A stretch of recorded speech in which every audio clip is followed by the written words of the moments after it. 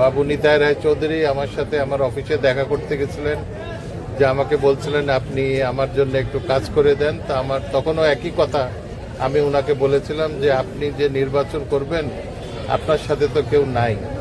আমরা আপনাদের নেতৃবৃন্দর সাথে কথাবার্তা বলে আমরা তারপরে ওই দিন সিদ্ধান্ত নিব যে আমাদের কি করা উচিত, আমাদের দলকে আমরা কি জানাবো, আমাদের দলের সিনিয়র নেতৃবৃন্দকে।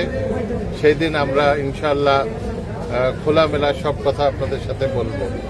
তবে আমি আশা করব যে আমাদের দল, আমাদের যে তৃণমূলের নেতৃত্ব, যারা আমাদের এই প্রায় 517টা, আমাদের 513টা আমাদের প্রেসিডেন্ট সেক্রেটারি সাংগঠনিক, আমাদের প্রতিটা ওয়ার্ডের ওনাদের মতামতের ভিত্তিতে ওনারা নমিনেশন দিবেন।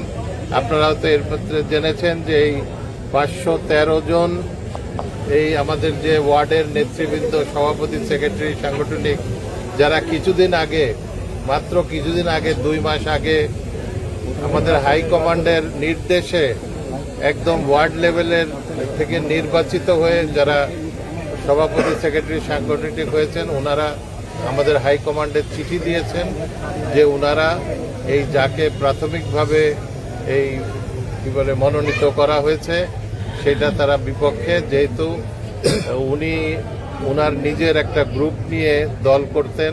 বেশিরভাগই সেই গ্রুপে জাতীয় পার্টির থেকে যারা ছিল আগে আমাদের দলে আসছে তাদেরকে নিয়ে আমাদের বেশিরভাগ নেতাকর্মীরা উপেক্ষিত, যে কারণে ওনারা তার সাথে কেউ নাই।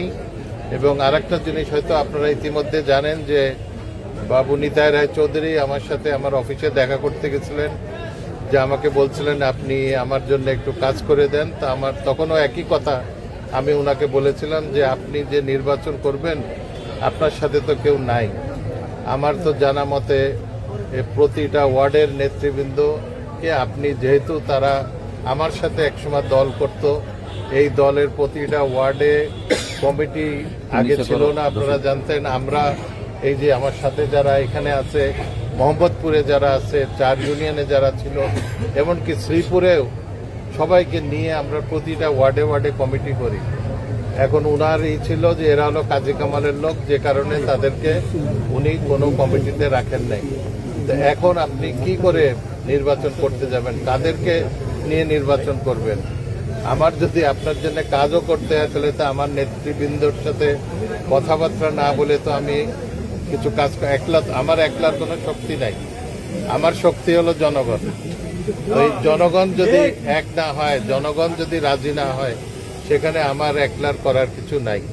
এটা আমি সেদিন ওনাকে বলে দিচ্ছি এবং ইনশাল্লাহ আমরা